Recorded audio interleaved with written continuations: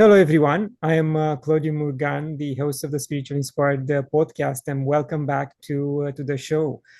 Please subscribe to the channel, like the video, leave your comment, and share it with your friends. My guest today is Alba Weinman.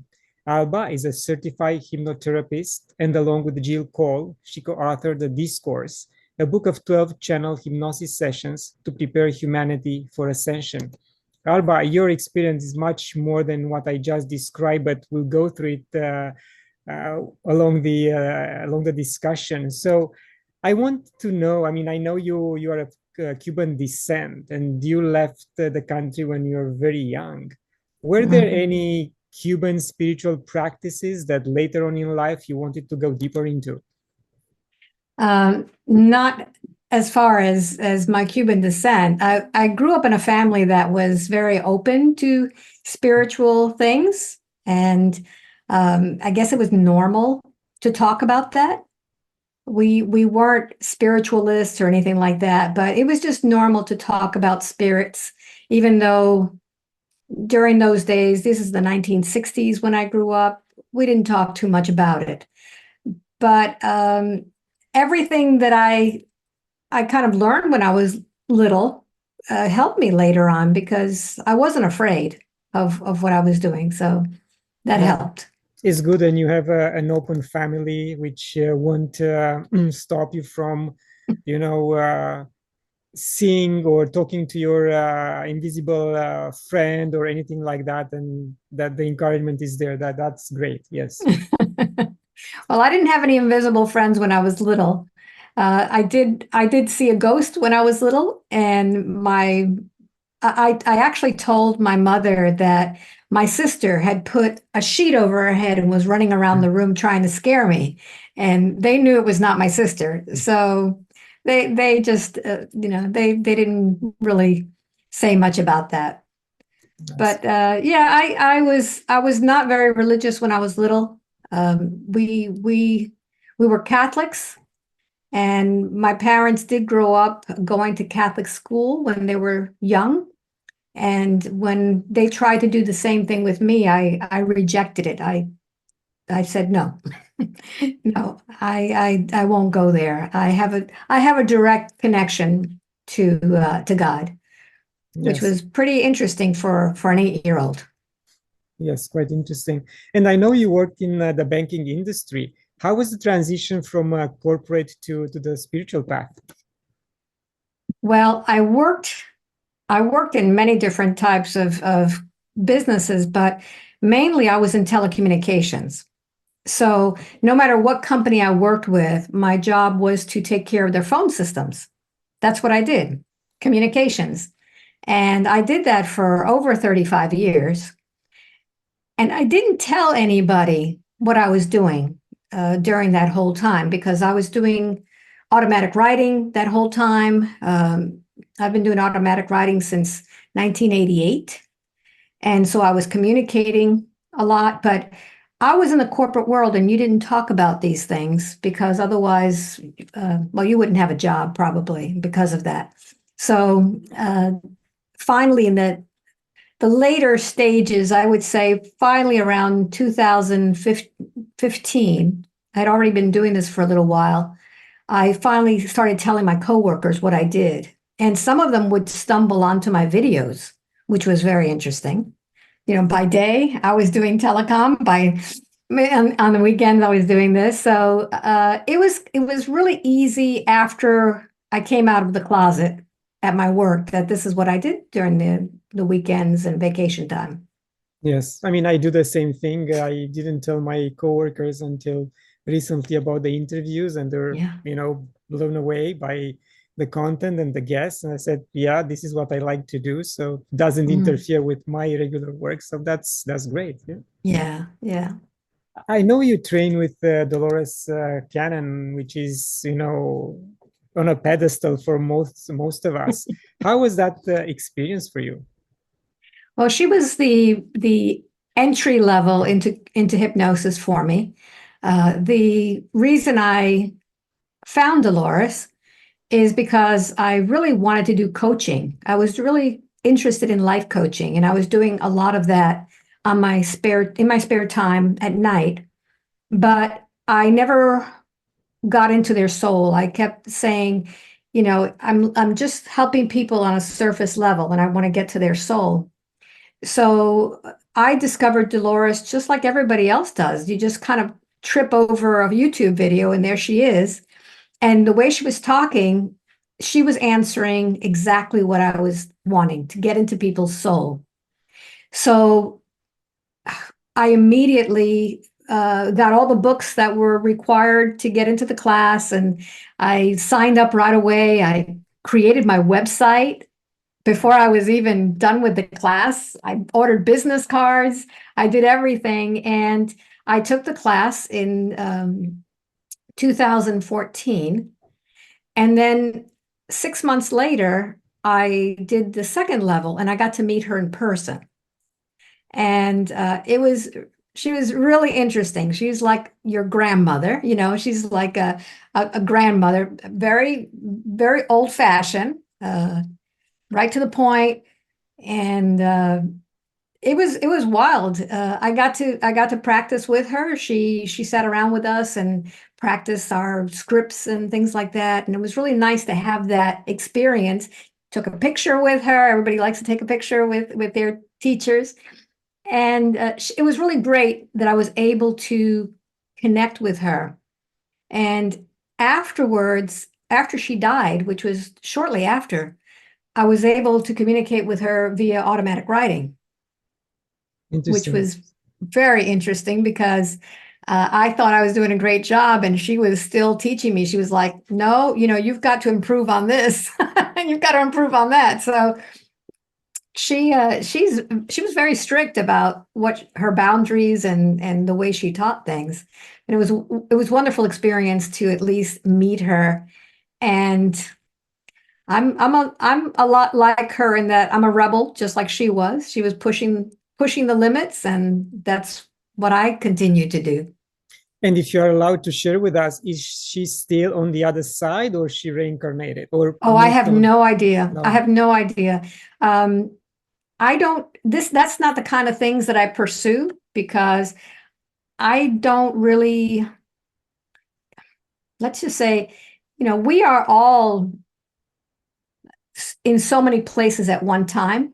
Yes. Just in this lifetime, we have so many pieces of us in many different places that whether you're alive or you're deceased, whether you have a meat suit or not, you're still in many different places. So that's not the kind of thing that I ask, because it doesn't matter. Mm-hmm. You could still connect with someone.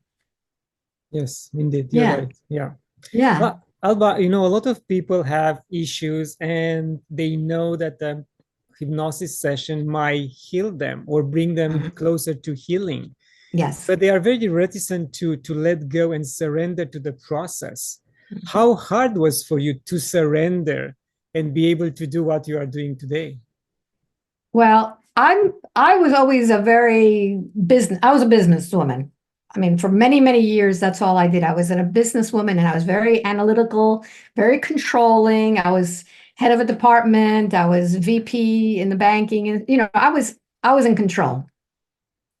So for someone to do a hypnosis session on me, I was trying to be in the driver's seat and control it. And you can't do that when you're in hypnosis. You have to absolutely trust your hypnotist, and you have to allow yourself to feel the emotions, to let go of any expectations whatsoever, and just flow with it. And when you could do that, that's not a problem. The first few times I did it, I didn't know what I was supposed to be expecting. But as I learned more techniques and I understood hypnosis a little bit more, I was able to explain it to my clients so that they wouldn't go through that themselves. And if they still are very resistant, I'll just keep working with them until they stop, until they let go. So at the beginning, some people are resistant, but if people have come to me for a session, it means that they already know me and they've seen many of my videos, or they trust me already. So that is already out of the way because I already have a rapport with them. They already know who I am. They've listened to me for so many hours. They feel comfortable with me. They trust me. And so they're able to let go a lot easier. Yeah. So it's the same concept with let go and let God in, pretty much, when we try to connect with the divinity. And again, as you said, this is about trusting and letting go of any mind templates we might have in order to go through the healing process. Exactly. And healing is really, everything comes from a decision that we've made, or traumas that, every disease is really something that has happened, either in this lifetime or another lifetime. It's a way that you're thinking about things. Now, many times what happens is that traumas happen when you're in the womb, before you're even born, or they happen when you're very little and you don't remember these things. Or they happen in a past life and it's now reminding you of the same thing. So when you do a session like I do, you're really looking for the origin of where this began. And it could be all the way in the womb. Yeah. That's why some people go to the rebirthing process. I mean, I heard it multiple times, and they go to that point in their life where they come through the birthing channel and understand exactly what the trauma was. But again, they don't go deeper in a different lifetime, just in this particular lifetime, eliminating these life's traumas. Yeah. I go everywhere. Exactly. With hypnosis is much deeper, can go maybe several generations down or several lives down. So much more efficient. Yes. I heard that you are not doing sessions over Zoom. Is that still true? No, I've been doing sessions over Zoom since 2020 with COVID. In fact, most practitioners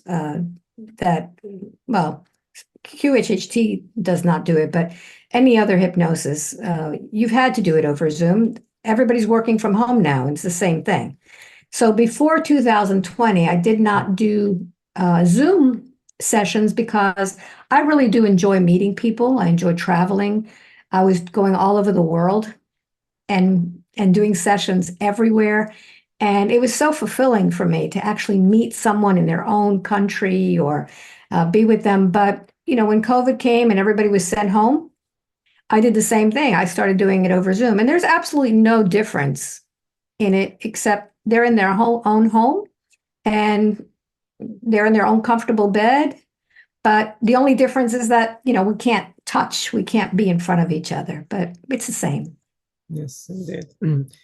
Would you like to add any other tools to your toolbox moving forward in terms of spiritual practices?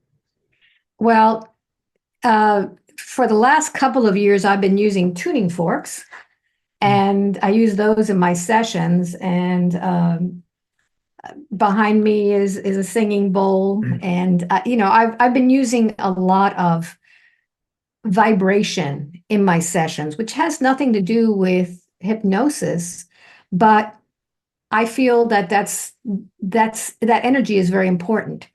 I use my voice, which is an instrument, which just by using my voice, that sends a certain vibration in my session. And then I add my tuning forks, which also add to it. And every time I have a session, I'm learning more and I'm doing more. And they're more intense. So it's almost like the more I do this, the more intense they get. So, I will always keep learning different things. Lately, I just like the toys. I like the sound toys to go with it, because when you're in a state of hypnosis, you're so open to what's going on around you. I mean, the sounds are amplified, everything is amplified. So when I'm doing a technique and I have them imagine a color or something, and I add the frequency of it, it just amplifies it so much more. You know, Nice. it's like some people use smells, like when they're doing things. Some like massage therapists may use some essential oils, and pass it through your nose, and it heightens the experience. So I don't know, whatever is ahead of me will just fall in my lap, and that's how I'll increase my knowledge. Beautiful. And I agree with you that, coaching is a different type of interaction with a potential client. I went through a Yeah. coaching course myself, but when you do hypnosis, again, this is my personal opinion, you go deeper and you might Mhm. address other issues that would have come to surface during the coaching Yes. interaction. So do you find these days people coming more towards your type of services and understand the importance they might have in their life? If people find my videos, yeah, they do, because they're very interesting and they could see the results. But coaching, I wouldn't throw that out with the trash because it's very important. I spend time with my clients before a session.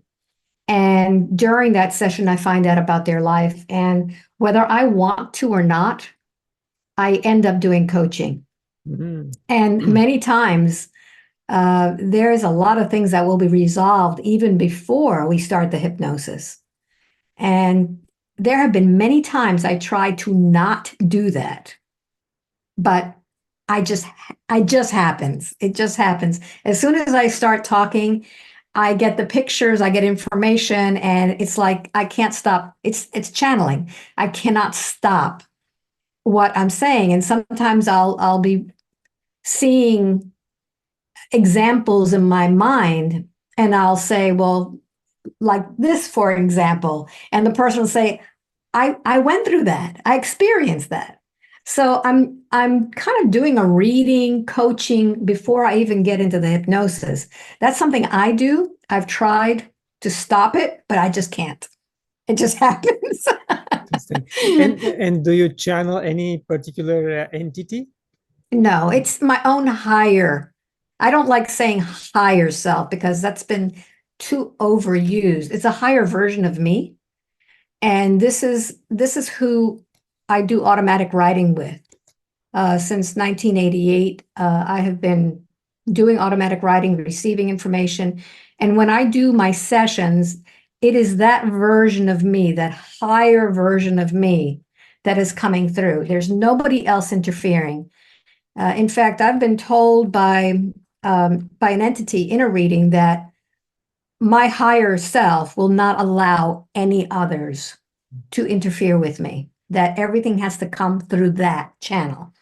So it's really exciting to think about it, that you yourself are channeling yourself. And I've heard many stories. I'm going to spin off into a little story here with you, Claudio, because I have received many, many, many reports that I am in different locations. I could be in somebody's dream. I could be in somebody's meditation. I've even been, somebody just told me last week, they were at a rock concert and they felt that I brushed their hair and started talking and doing a session on them during the concert. And so it seems that that higher version of me goes out and helps many, many people. And one interesting story, if I could share this with you, I had a client that I had met at a retreat first, and then I had him as a client, and he channeled an angel. He did channeling himself, and it always started when he was in his shower. And it seems like when he was in a shower, it would put him in a meditative state. And while he was doing this meditation, I showed up. Not physically, but I showed up. And I started teaching him that day. And he was visiting Mount Shasta. And even in Mount Shasta, I continued to teach him. Okay. So I asked him, what is it that I taught you? And he says, well, you said this, this, and this. And I went, oh, that's really interesting. Very, very high level ideas. The next day, during my session with another client, it was a very difficult session. And I remembered what he had told me. I needed exactly what I had taught him for that session. Oh. So it's almost like I, in a higher level, went to him to come to me. Yes. So I've gotten many reports that I'm always helping people, and honestly, I wake up very tired in the morning. So my soul is very busy. Yes, indeed. And I know you interacted with Jesus. How exactly, what process, in fact, did you use to validate his identity? Well, with Jesus, it's a feeling. When I first encountered Jesus, I was doing automatic writing, and I was getting taught how to manifest. And I always asked, who am I? Who's writing to me? And he would always say, just call me teacher. Just call me teacher. And so for many years, I was doing this automatic writing with teacher, and he was teaching me manifestation and a lot of the things that I taught in my coaching with others. And finally, I said one day, would you just tell me who you are? Like, really, did you ever have a life? And he says, well, I know you couldn't handle it at that time. But when I had a body, they called me what you would call me Jesus. And I was blown away because I wasn't really ready for this. I wasn't that open. I wasn't that advanced.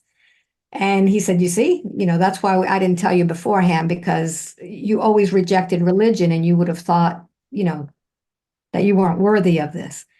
So I kind of built like a relationship. It's almost like when you meet someone who's been married and you say, how did you meet? And they'd say, well, we were really best friends. We were friends, and then we became best friends, and then we got married. With Jesus, it was almost like he was my teacher at first, and I built a really good relationship with him, where it wasn't a religious thing. It was just a very wonderful friendship and a teacher to a student. And then when I finally understood who he was, I understood. I mean, this is who I was dealing with. And so when he comes through in sessions, it's almost like he's my old friend, my old teacher. We have a good relationship. It's not one of those, I'm bowing down to him. I just feel like he's an old friend, and that we've known each other for a long time, not through this lifetime, but many lifetimes. And, it just feels comfortable to me. Now, there are some people who bring forth Jesus, and it doesn't sound like the same Jesus to me, but everybody brings forth what they're comfortable with. So I've had many situations with Jesus, but they've all been different. Yes. Yeah, I mean, I listen to some of them as well. So. Yeah, and it's just something that resonates with you, whether, that's the teacher that and that's how I feel about it. It's you validate it with your soul. It's a knowing. Yeah, it's nice that he comes over and gives you a hand with your session, your clients, and brings more light to what they need. Yeah, that's great. Yep. Alba, at the beginning, I mentioned the book you co-authored, the Disclosure. The Discourse. The Discourse, sorry. If you have to mention 2 or 3 important sessions that could help with the Ascension, which ones will it be? That book is the kind of book that you just open up. You don't have to read like chapter to chapter, and you just open it up, and I think you'll get what you need at that moment, because every time you read the book, you're at a different level. You're going through different things. So it's almost like the book talks to you. The funny thing about my sessions is that I always try to do the sessions as if I know nothing. I keep my ego out of it and I know nothing. So during the discourse, how this book came about was I was in New Zealand, and my client was the last client that I had before I went to Australia. That was Jill Cole. And during the session, her guide said that we would be collaborating together. And usually clients' guides say a lot of things, but I don't pay attention to them because it's still my free will. In the end, it's my free will. So you could tell me I'm going to be doing this or that, but it's still my decision. So I said, oh, sure, sure, sure, we're going to work together. I said, it's going to be impossible. I'm not going back to New Zealand anytime soon. But we did go back to New Zealand. My colleague Antonio Sangio and I did a class there. I did some sessions, and I did another session with Jill Cole. And that's where they said, you guys are going to be working together and writing a book.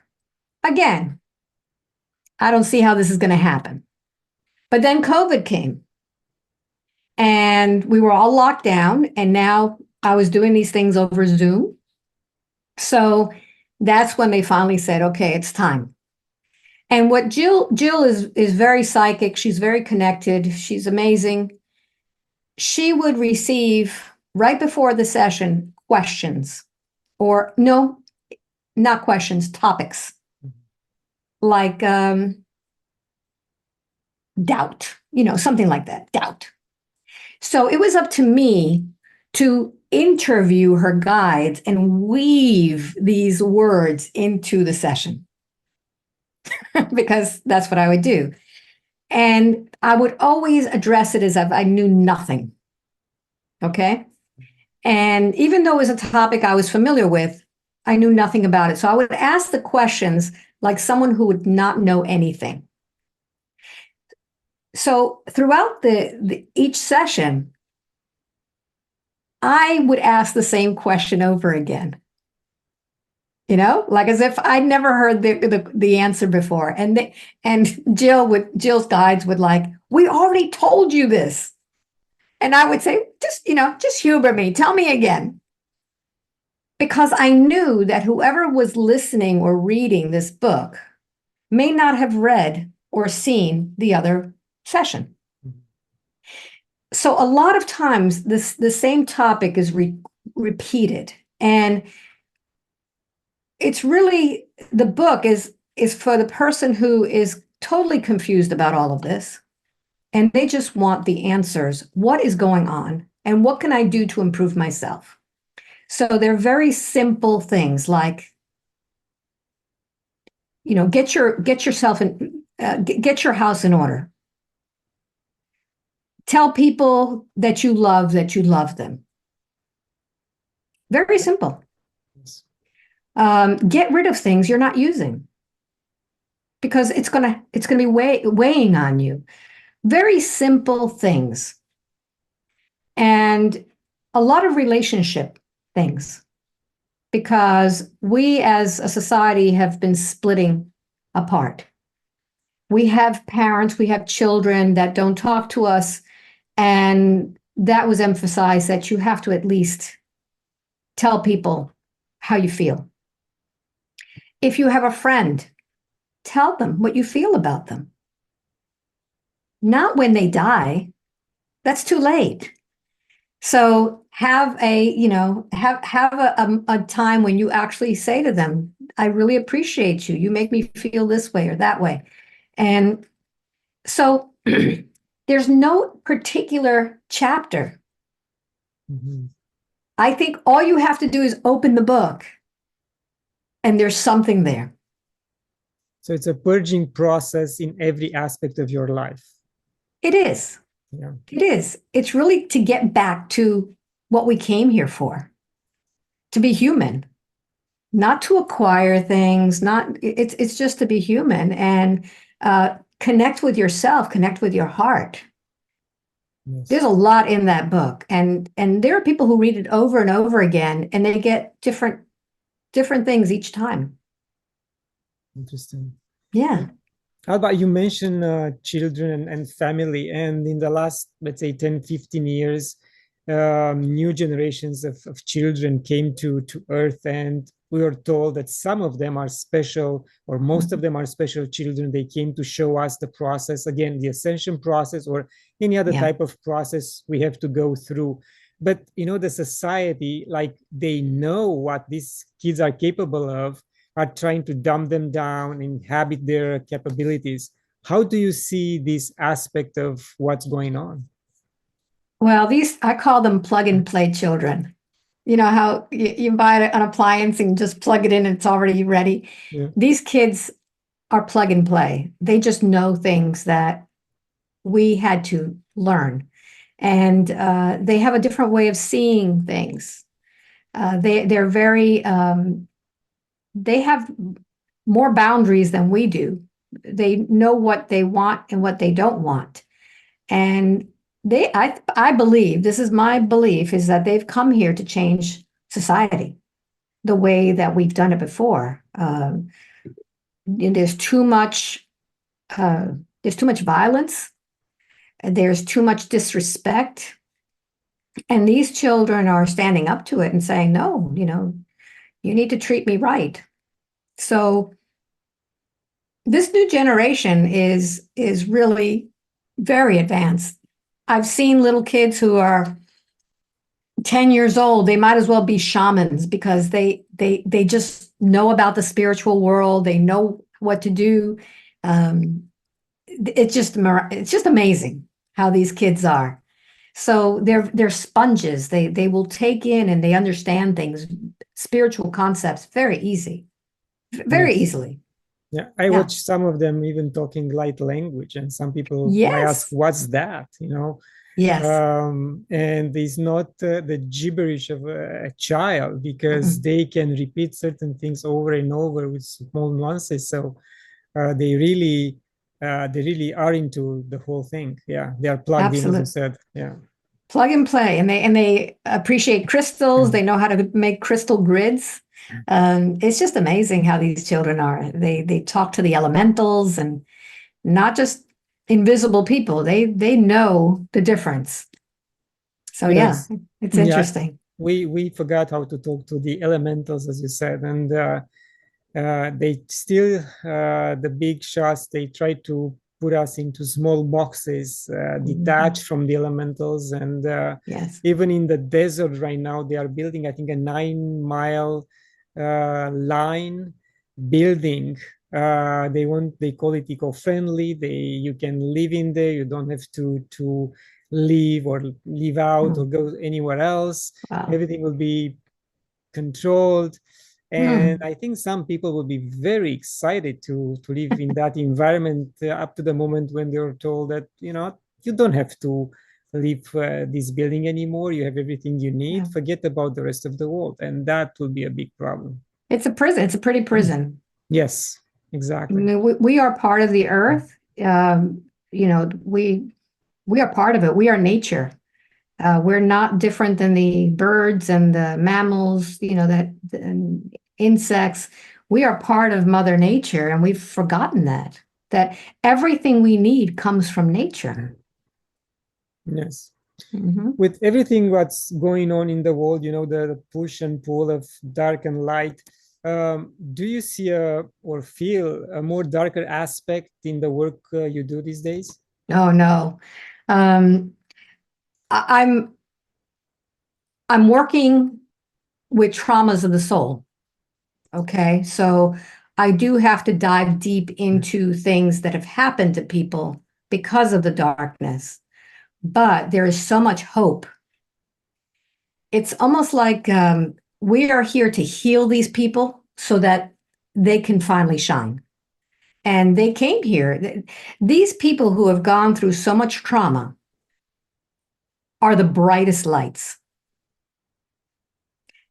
Every single client that I meet that has gone through horrific childhoods, bad marriages, narcissism. It's almost like, when you turn the porch light on at night and all the bugs come to it.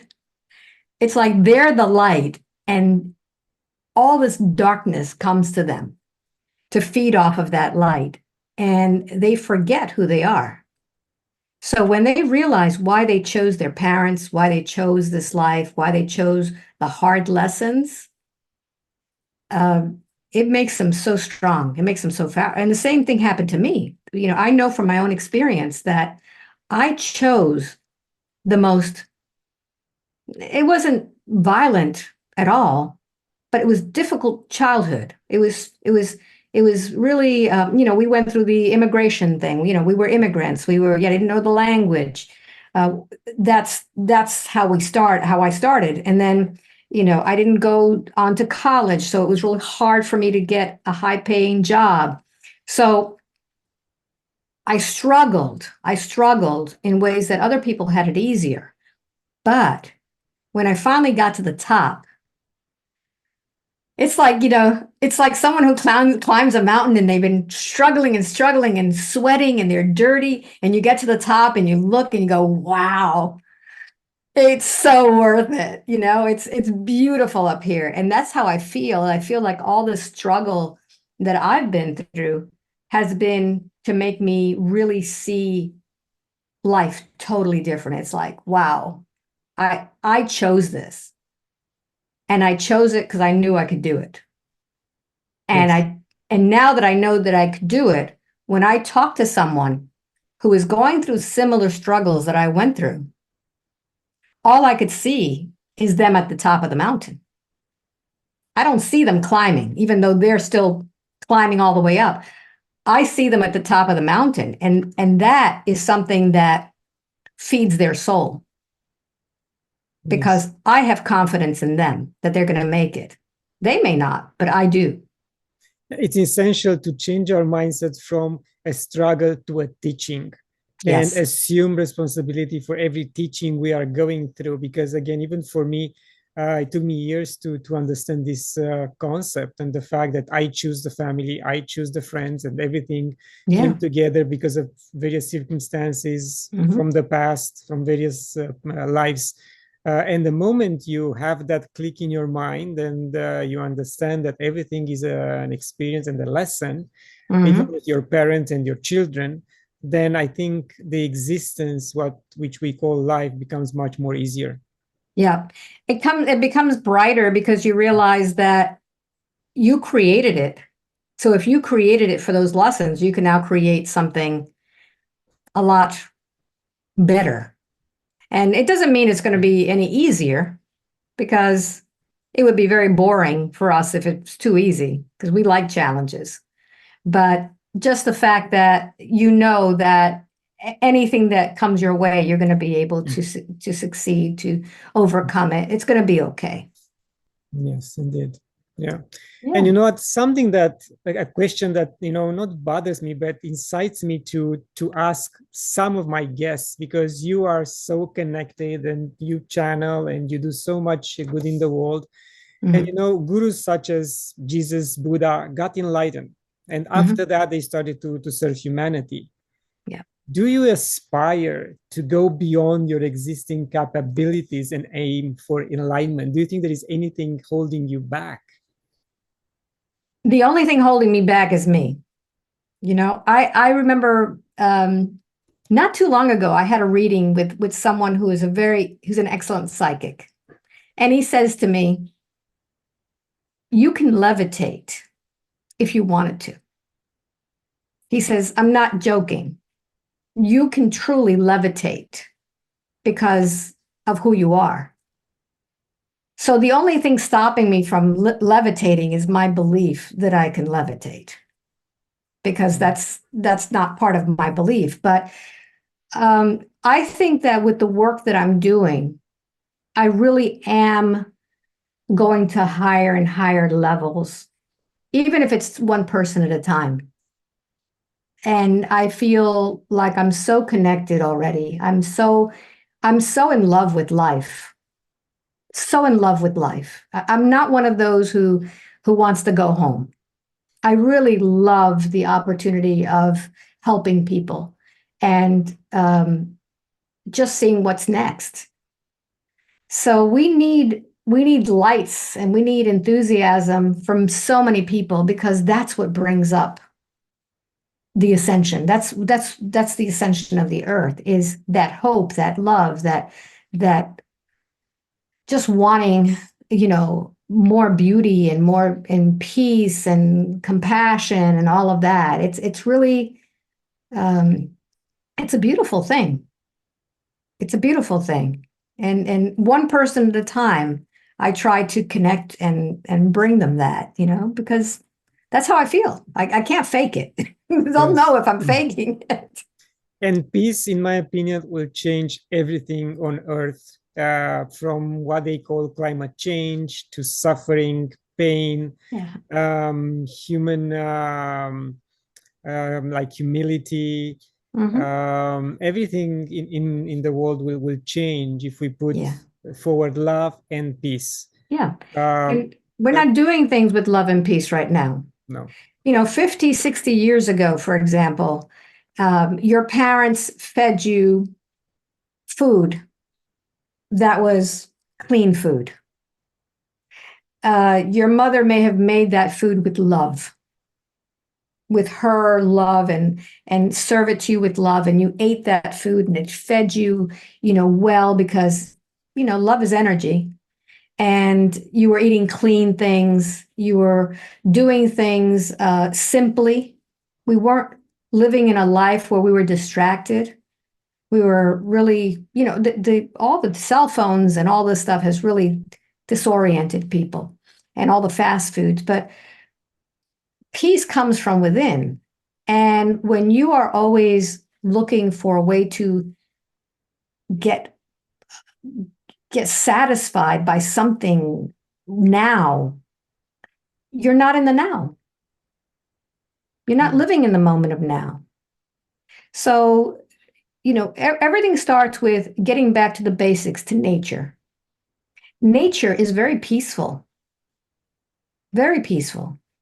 And it has seasons, and it has patience. If you just look at a tree, you know that the tree has seasons. There's times when the tree grows. There's a time when the tree sheds its leaves, when it gets blown a lot by winds, by rains. And the tree is just there, patiently, just growing, giving you shade. That's what it does. So us as human beings, we need to live more like trees, to just be and be of service, because the tree is of service. It gives, oxygen, it gives shade, it gives protection and homes for animals. So when we become more at one with nature, you become more peaceful. And we're not living with nature. We're living like in places, like you just said, in the desert, in a big prison, a pretty prison. But we need to live with nature again and really start connecting. Indeed. And I remember about 50 years ago when we had a garden back in Europe, and my father was coming from his office, and he will attend to the garden. He had so much pleasure. We had all the vegetables or the fruit trees. It was quite a different lifestyle. Yes. So if we can get back to that, people would live more in the now. We'd have everything fresh that we need. And there wouldn't be this struggle that we have right now. I mean, there's a lot of struggle just to get food on your table. Yes, they are trying to destroy the farmers and the farmland in Europe, and we see what how the fight, how they're fighting back. It's like the government has a veil over their eyes, and they don't want to understand what their plea is, and they keep moving along. So we need to teach some of these plug and play children about farming and having their own little plot of land instead of their latest cell phone, and we'll change the world just starting with that, I think. Yes, I'm trying to do that with my children, even they are a little bit older right now, but they see me Mhm. in the garden, walking barefoot, and I ask them to help me, or they ask them to come over and show them how the Mhm. tomatoes are getting redder, or something. I try Yes. to capture their attention. Yep, and they'll be telling stories in the future about how their father came home from work and garden too.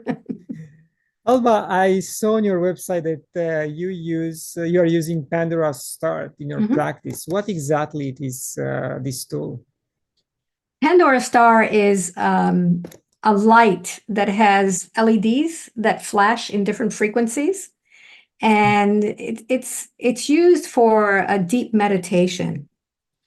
How I see it is, when you try to go into meditation, your mind is very busy, until finally you let go and you're in a different space. And this is what the Pandora Star does. It flashes these lights. You do it with your eyes closed. And depending on the frequencies that of the lights of the how they go, you could have a very blissful experience where with all of the lights, you finally like let go and go into a place where you don't even know where you are, whether you're awake or asleep. You're just in a different place. So it trains your mind to put yourself into that meditative state. I don't use it too much before a session, but I like to use it. Um, I have clients who stay overnight on my property, and I will do it at night after their session to totally like make them feel really relaxed. And yeah, it's a beautiful thing. So it's kind of like with the frequencies of the sound that all, Interesting. and you have some music too that goes along with it, but it's just to train your mind to go into meditation. Interesting. Are there any other programs you would like to mention? Um, well, I do sessions also for scalar wave frequencies. I do those every once in a while on my it's done over Zoom, but it's a private thing. It's by registration. And I have a scalar wave machine that sends out certain frequencies, and I like to use the ancient solfeggio frequencies. So during that program, I will explain to people what frequency it is that they're receiving.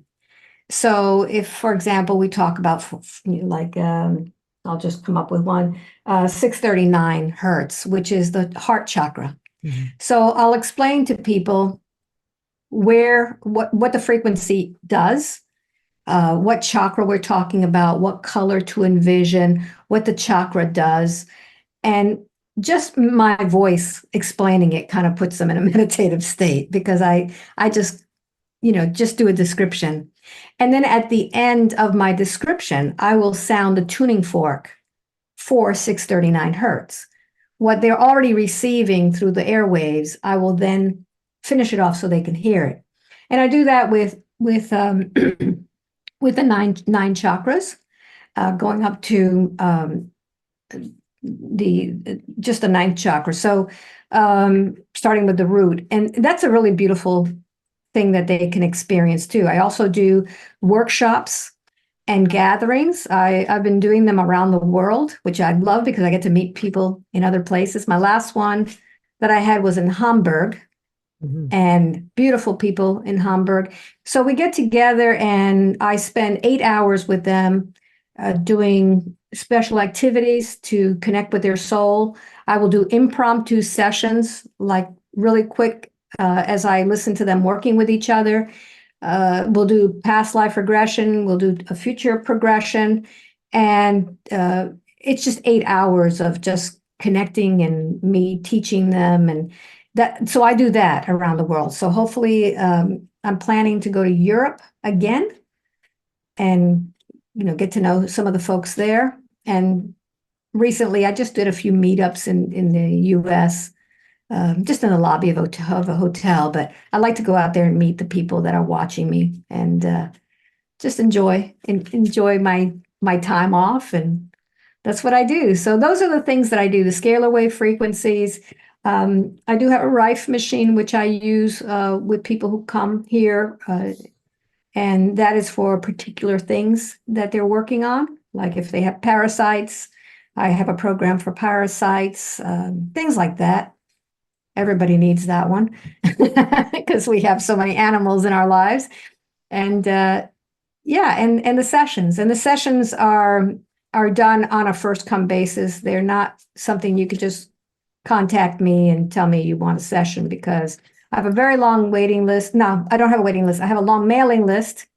And every month I send out the newsletter, and whoever gets it first gets a session. So usually I have half of them online and half of them come here where I live in Micanopy, Florida.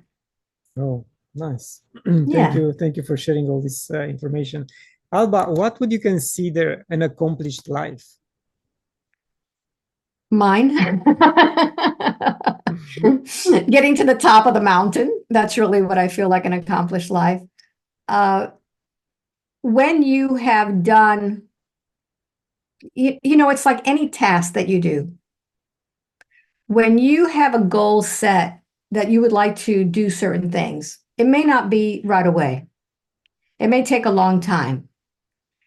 But when you feel that you have made an impact,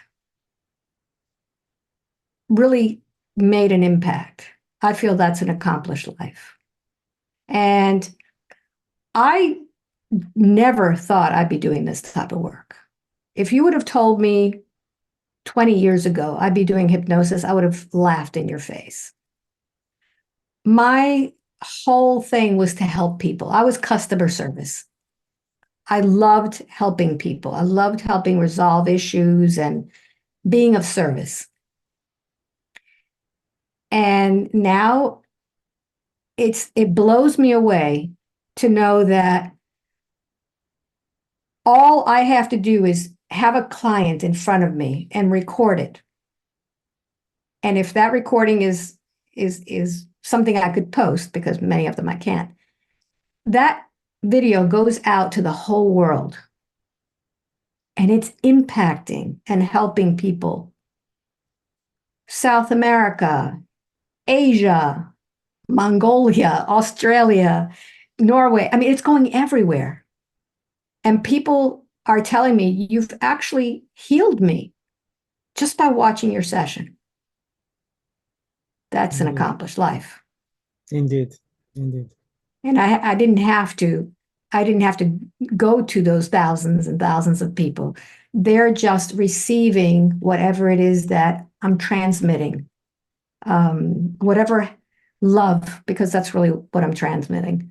Whatever love I'm transmitting, they're receiving it. And, you know, Claudiu, one of the things that I think is different about the way I do things is that when I'm with a client, I'm loving that client. It's the most intimate thing that you could do with a person, is really travel with their soul. And I am totally connected with such a high love frequency with them. I don't see what they look like. It doesn't matter whether they're male, female, young, old. It doesn't matter. I'm connected heart to heart with them. I treat them like my mother treated me. I'm their mom. And during that time, I'm just holding them, you know, in love. And I think, and I do this naturally, it's not something that I plan to do. This is how I am. And I have a feeling that because of how I talk to my clients, that love is being felt by everyone who's listening. And it's filling a hole that they didn't know needed to be filled. That love is something that they were missing when they were children, or that they're missing in their life, and they're actually being loved too. And I think that's what makes me a little bit different than other people, that it's not just a technique, it's actually a transmission of love. Yes, thank you. And I really hope that those who feel like going for a hypnosis session will feel the love you just mentioned and will reach out to you, because this is, again, a non-invasive way of healing a lot of trauma from this life and previous lives. Absolutely. And if they want to learn how to do this, because we do need a lot of people to learn this, because there's a lot of people on Earth. My colleague, Antonio Sanjo, teaches introspective hypnosis and a technique called past life therapy. We both learn together. Antonio and I are colleagues. We both learned from Dolores Cannon first. We met in 2014. We were both trained by Aurelio Mejia from Colombia. We were both trained by Dr. Jose Luis Cabouli from Spain. And Antonio took all of that knowledge, all of that information, and created a class. And if there's an in-person class, I do attend and co-teach with him. So if anybody wants to learn, they could go to my website under events and they can sign up to learn how to do this. It's a beautiful way to learn hypnosis from the basics. You don't need it to know anything. Thank you. And Alba, we are at the end of our lovely discussion. Any final words? I just hope people will enjoy my videos and hopefully learn this too, so they could help other people. And I really want to thank you for giving me an opportunity to be on this show with you and feel the love that we give each other. So thank you very much. Thank you for finding the time for us. Thank you. Oh, thank you. And for my viewers, thank you for watching. Share it, like it. Don't forget, leave a comment. And you can visit claudiumurgan.com and spiritualinspired.ca for more interviews. Until next time, love and gratitude.